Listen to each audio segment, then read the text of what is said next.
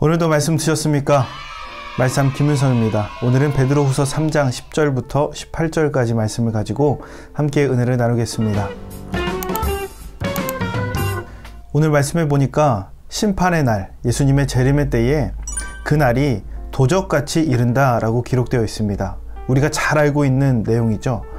이 표현은 도적이 예고하고 오는 것이 아니기 때문에 주님이 언제 재림하실지 아무도 모른다, 그런 의미를 담고 있습니다. 근데 이 도적이란 단어가 가지는 의미가 있죠. 이 도적이란 단어는 부정적인 의미를 담고 있습니다. 여기서 한 가지 질문이 생깁니다.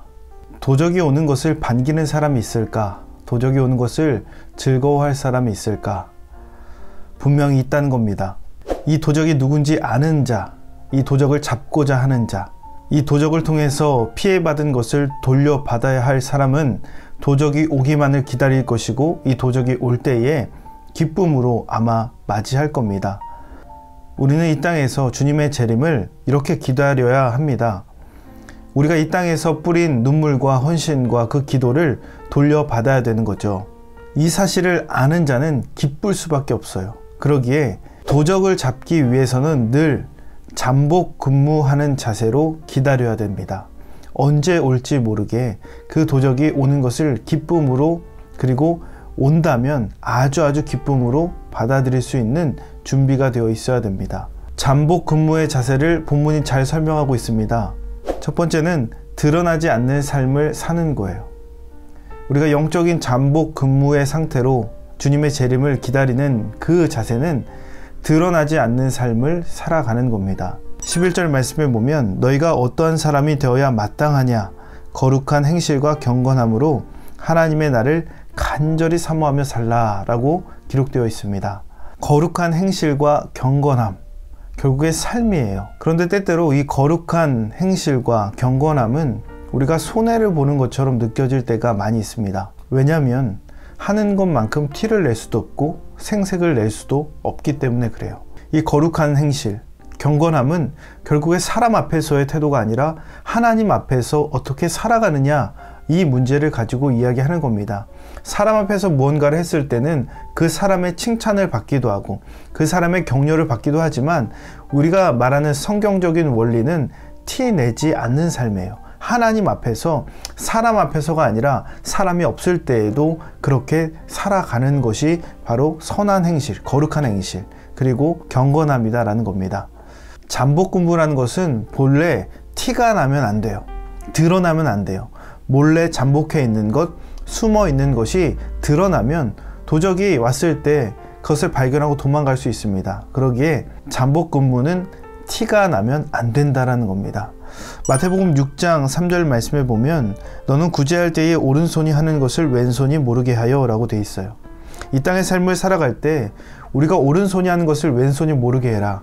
겸손하게 살라는 겁니다. 사람 앞에서 드러내지 않고 하나님의 칭찬을 구하면서 살라는 것이 바로 성경의 원리예요. 도적같이 임하는 날, 우리가 사람 앞에 무언가를 받으려고 이 땅에서 아둥바둥 할 것이 아니라 그날 주님 앞에 제대로 칭찬받는 그런 믿음의 백성 될 수 있어야 됩니다. 우리의 삶 속에 질문을 던져보고 싶습니다. 나는 과연 어떠한 사람인가? 드러나길 좋아하는 사람인가? 감추길 좋아하는 사람인가? 무언가 사람에게 보상을 받고 싶은 마음들이 있는가? 내 지금 현재의 삶 속에 내가 사람 앞에 칭찬받으려고 하는 삶의 모습은 무엇인가?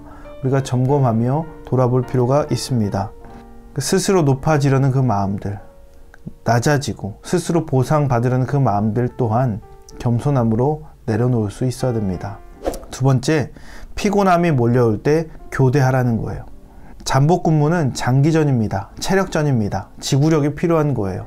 그런데 사람의 한계가 정해져 있기 때문에 잠복 근무를 하다 보면 분명히 졸릴 때가 있고 힘들 때가 있고 피곤할 때가 있습니다. 그럼 유혹이 찾아오죠. 조금만 눈을 감을까? 조금만 잤다가 일어날까? 그런 유혹과 미혹들이 찾아와요. 7절 말씀에 무법한 자들의 미혹에 이끌려 굳센 데서 떨어지는 것을 방지해야 된다라고 돼 있어요.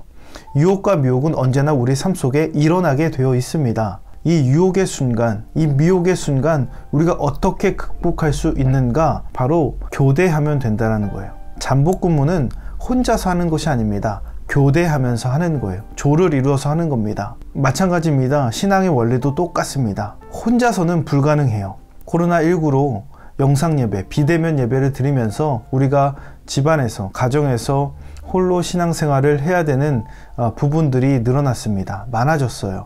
그런데 혼자서 하는 신앙생활은 오래가지 못합니다. 무슨 말이냐? 교회가 필요한 거예요. 믿음의 사람들, 예수님의 몸을 이루는 그 공동체가 우리에게 필요하다라는 겁니다. 우리가 때때로 지칠 때가 있지요.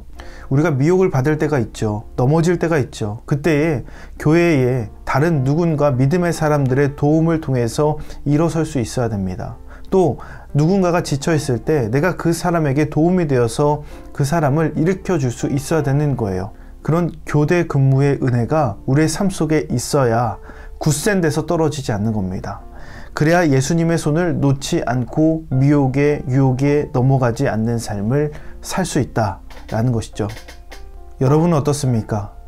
오랜 기간 비대면 예배, 영상 예배를 드려왔을 텐데 교회에 대한 마음, 성도에 대한 마음, 교회의 그 몸을 이루는 그 마음, 교회를 의지하는 그 마음, 우리가 어떠한 상태인지 점검하며 이 교회의 일원으로서 어떠한 삶을 살아가야 되는가, 그런 고민들을 우리의 삶 속에 던질 필요가 있습니다. 예수님의 그 몸을 이루는 우리 교회를 의지하십시오. 교대하십시오. 그 은혜가 우리의 삶 속에 있을 때에 도적같이 임하는 그날을 준비할 수 있다라는 겁니다. 오늘 내용도 도움이 되셨다면 좋아요와 구독 꼭 눌러주시고 이 말씀이 여러분의 삶이 되기를 예수님의 이름으로 축복합니다.